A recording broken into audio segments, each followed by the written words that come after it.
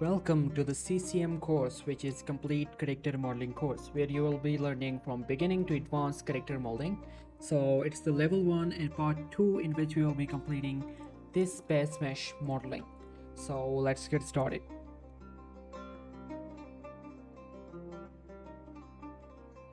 Okay, so let's start from the feeds. So I will go to the right side view by pressing the 3 and now edit mode. Go to the vertex selection, select these all and as set with 0. So I will scale this thing with 0. And now I will select these vertex and I will just leave the front two vertex, and from the side view I'll be just extruding with EZ. And let me just turn off again the reference images so we can match it with that. So I just extrude it and now I will G and move it a little toward the back direction, and the front one should be extruded one time. And to make it easy for you, I will just straight extrude to the down, and there we have just 4 vertices, so we have to select this and have to fill this.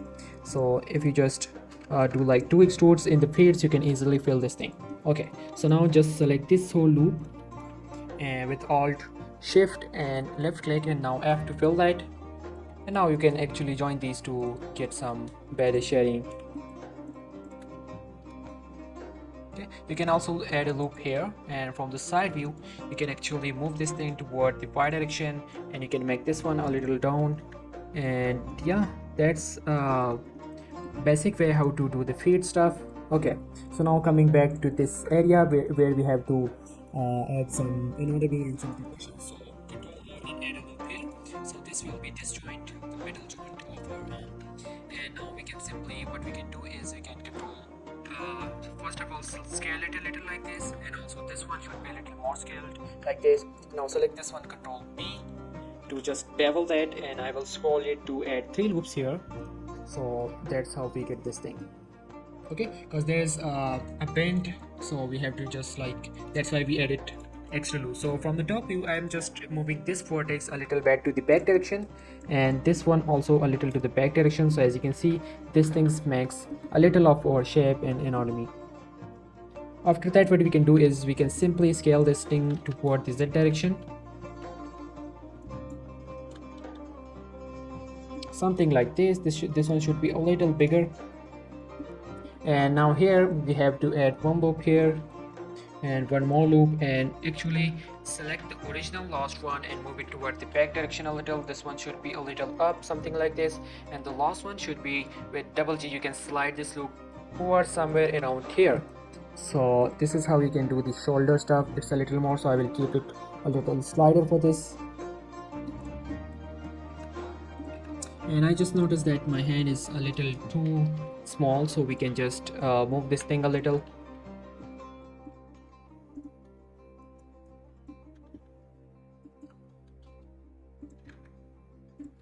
Okay, so this is fine now. After this we can just simply, okay, after this we can start modeling our hand. So for that I have to just hide all of this stuff, so we get an empty canvas, so where we can start our modeling. So for the hand modeling I have a reference. I will put a link in the description for this image, and also you can download the source file or the final blend file of this, of every lecture, link in the description. So okay, so download the image. I will just grab it from the file explorer to here and just move it toward the back direction, front view, and just scale it a little like this, somewhere around here, and just move it toward the center, so we like making our hand to this side, on this side. So what we can do is we can make this hand from a cube. So I will be shift A, adding a cube, scaling it down and moving it a little to the up direction. Let me just make the image a little to the center roughly. Now select the cube, scale it down, and now what we can do is we can move this one a little here, and now just control R and add a loop here for the thumb finger. So I'm just adding these loops. I will be making this one a little toward this direction,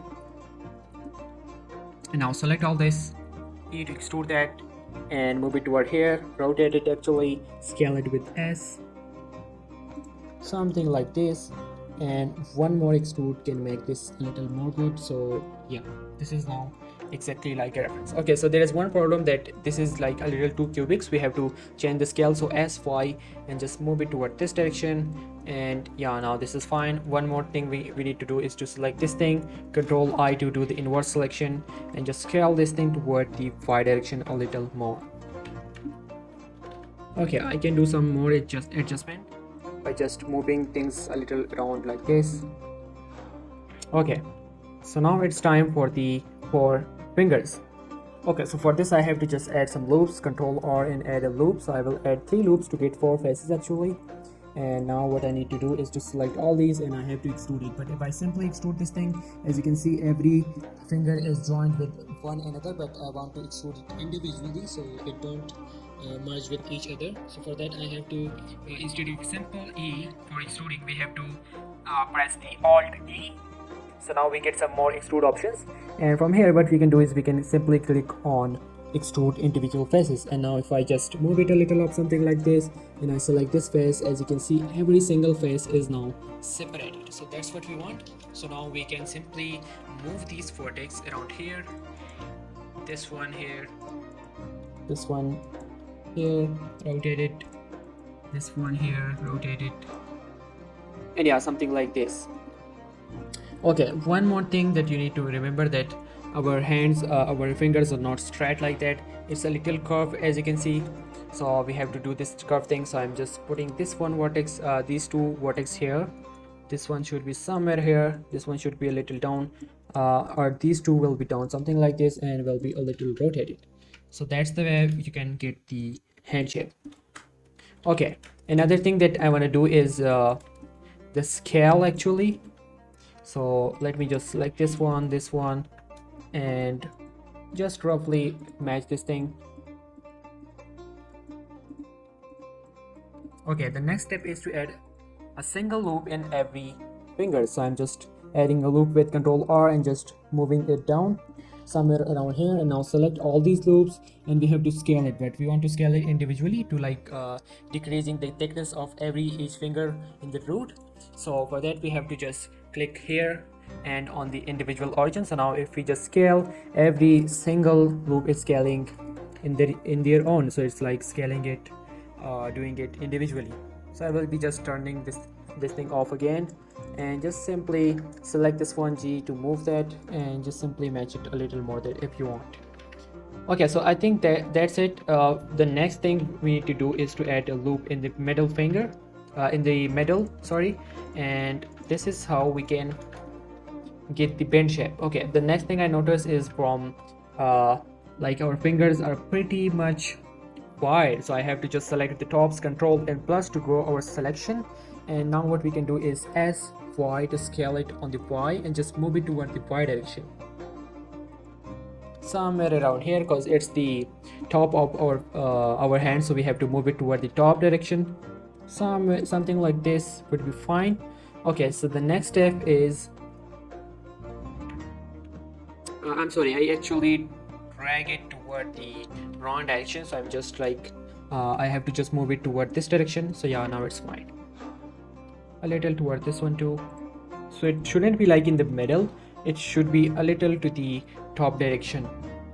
Okay, so the next thing we have to do is we have to just rotate this thing a little. So I want to rotate it from the roots toward the right side. So for that I have to just move my pivot here. So shift and right click to move my cursor here, and now with the cursor what I can do is I can move it toward the 3D cursor. So now if I just rotate this thing, as you can see, this thing is working like this. Okay, also this one, so I'm just selecting these all loops, putting my cursor in the center and just move it toward this direction, something like this. Okay, so as you can see, it's now like giving the feeling of hand. Okay, the next thing we have to do is we have to do the same thing with this finger, with the thumb finger. So I'm just like moving this one toward the Y direction, and from the side view I'm just rotating the face, but as you can see my pivot is set to the cursor, so I'm just changing that to the middle point and just simply doing it like rotating this thing, something like this. Okay, so I think that's just fine. The next and last step maybe this is to just move these points, these vertex a little to the base, so we get a little of the volume. something like this, and this should be a little toward the inside. Okay, and select go to the face selection, select these four faces and X and delete that, because we have to join and merge this with our body. So yeah, we have to remove that. And yeah, the rest of it is fine. One more thing, and that will be the last thing I believe. So I have to add a loop all around the object like this, and I am just Alt S and scaling it outside, so it will give you a little more of the smooth look. So now I can just right click, make it shade smooth, and if I add a subdivision modifier, as you can see, we can get some better view. Okay, so I'm just Alt and H, actually delete this one reference, X to delete this, and because we don't need it anymore, and Alt and H to unhide all of this stuff. So I'm just selecting my hand, moving toward the X direction a little, and scale it down, move it toward the up direction, and rotating it with the 90-degree, and moving toward here. From the side view, I'm just rotating it 90-degree, and as you can see, there is one problem, and the problem is that our hand is kind of like flipped. The thumb finger is to the back direction, but it should be toward the front. Before that, I'm just deleting this face because we don't need it. X, delete this face, and now we have to join it. But before joining, as you can see, there's the flipping problem, that our object has been flipped. So as we did it in the start, the reference image was flipped and we flipped that, so we have to do the same thing. So I'm just like S, Y and -1 to just flip this thing, and now what I can do is Control A, apply scale and rotation. Okay, so now we have to join that, but before join, let me just show you that there is one difference, that if we just select this whole loop, right click here and turn on the scene statistic, so we can get that there is 6 vertex, but here we have 12 vertex, so we have to convert the 12 vertex into 6 vertex to actually join this thing to the body. So I'm just clicking on the slash key to just solo this thing, and now what we need to do is to convert this thing to 6. Okay, so for that way we can simply convert this, like if I just turn on the auto merge and I double G and slide it here, as you can see, it has been converted to some list, but there is one problem, that it's creating the triangles, and we don't need any triangles in our mesh. We have to avoid that things to do the rigging properly and do not get any errors in the future in the rigging and that kind of stuff. Okay, so for that we have to do some tricks to actually avoid triangles but minimize this thing. So I have to just select these two vertex, these two edges, actually these three, and X to dissolve this, and these threes X dissolve this, and these threes X dissolve, and also from the side X dissolve and X dissolve. Okay, we did it, but if we go to the edit mode, as you can see, this isn't now a quad, so we have to do some more work to actually avoid this thing. I'm just adding K to get the knife, one click here, one here, one here, and one here, and press enter. Now select these tools, K to just join this thing, J to just join this thing, these tools, J to join this thing. And now what we did is that this one is now a quad, this is quad, this is quad, this is quad, so all of these are quads, and we get the less loops. So that's what we need to do in this side also. So just select this one, knife, one click, one click, one click, and one click, and just join this one, J, and we did the same thing, and now we are free. Okay, the last thing is this one. Okay, so just select these two vertex, J to join this thing. Now select these tools, right click, subdivide this thing, and now what we can do is just we can move this one a little here, and J to join this thing with this one, and now select this one, K, and one click here, one click here, and now what we can do is we can simply X to dissolve this vertex. So now as you can see, we have 3 quads and all of them are quads, but we have to just continue this one loop, which we will be continuing this in the end. So first let's just finish this thing. So these two vertex, J to join this thing, this one should be right click, subdivide, so we get one more vertex, and this one should be joined to this one, and now K, select this one, and we can now dissolve this one.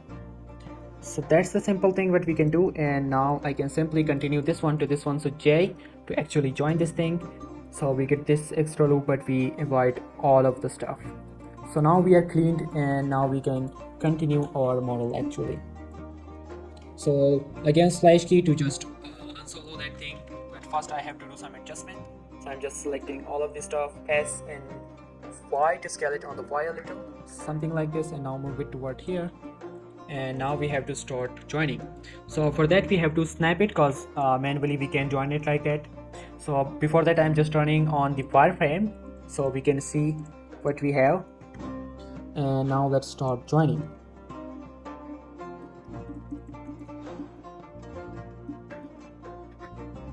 Okay, so for the joining we have to turn on the snapping. So turn on the magnet tool and come up here and do this thing to the vertex. So we are like snapping each vertex. So I'm just like moving this one toward this direction and it automatically snap something like this. And now this one, this one, this one, and this one. And the first one it actually didn't snap. So it's like that. Now we have to turn off this and also make this one to the increment to make it default. Now select these tools. We can simply just drag this thing, or we can go to the we can clean this thing later. But first we have to just probably join these two objects. So as you can see we have this object with having a mirror modifier. So if we just select this one and this one, as you can see this one is a little yellow line and this one is a little reddish or orangish. So it means that the yellow one is the active one. So now this object will be copying modifier from this object. So if I just Ctrl J and join that, as you can see our hand now get the mirror modifier and it also mirrored it, so it's good. But as you can see, if I go to the edit mode and just move this thing, as you can see these vertex are not merged. So I have to just select all with A, M and do it by distance. So we just merge these vertex, which will be like in the very minimum distance. So we actually merge this thing and now we can clean it. So I'm just like double G and moving to this one toward here, this one a little to the up, this one should be a little to the up, and double G to just slide that, double G to just slide this one, and double G and double G. Okay, this is good. But if we go to the object mode, as you can see this is having some weird shading. So we have to, first thing we have to do is go to the object data properties and go to the normal, just turn on the auto smooth and make this one toward like 60 or something, so you get like some smooth effect. But after that, as you can see, again this is having a seam or a hard line, which we don't need it. There's a little problem. So the problem is that the normal is flipped. If you don't know the normal, let me just explain it with the example. If you have just a plane and you can see the normal by just turning on the face orientation. So I'm just right click and adding this one to the favorite, so we can access it by Q and adding the favorite menu. So as you can see, every single face is having an opposite side and the front side or the right side or the correct side. Okay, so if you're having a mesh with some of them are like opposite side and some of them are like correct sides, so it will just make a hard line like this. So we have to just fix this thing. So what we can do is we can just simply select the hand like this and then Alt N to just flip this thing. Or the easy way, if you have like some random faces has been flipped and it's hard to select that, so you can do is select all, Alt N and make this recalculate outside. So now we get outside all of the normal, so it's fine now. And now we can just smooth these things a little more, and from the top view we can do some more adjustment to just make this thing a little smooth. So G to slide this thing and G to slide this thing,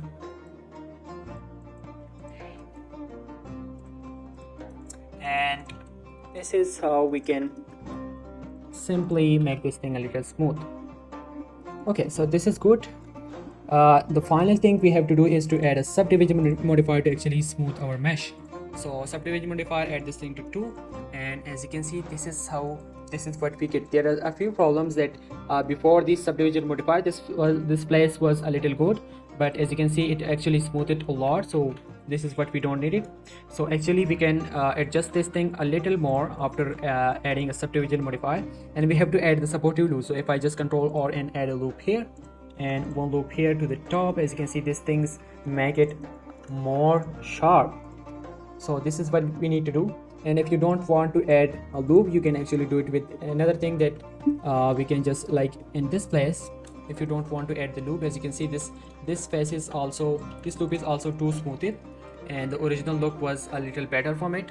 So I'm just pressing the N, and from in the items we have the mean crease. So mean crease is the effect of the smoothness that it gives to it, the subdivision modifier give it to.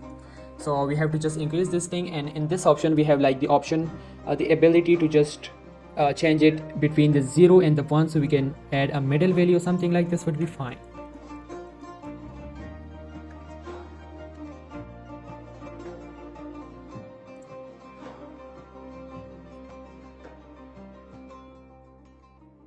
Okay, the next thing we have to do is to select this one and just move it toward this direction a little to the center to just make it a little smooth.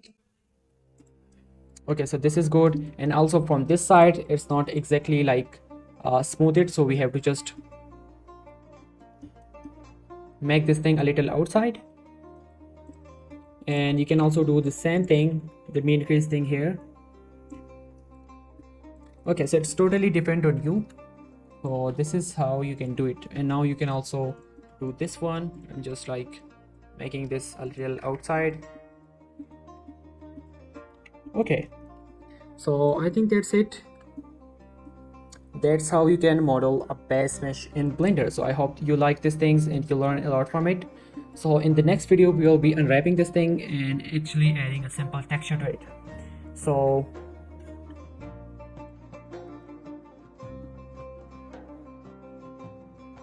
thank you so much for watching, and I really work hard in this course, so if you want to support me, just subscribe the channel for supporting me. So stay tuned and bye for now.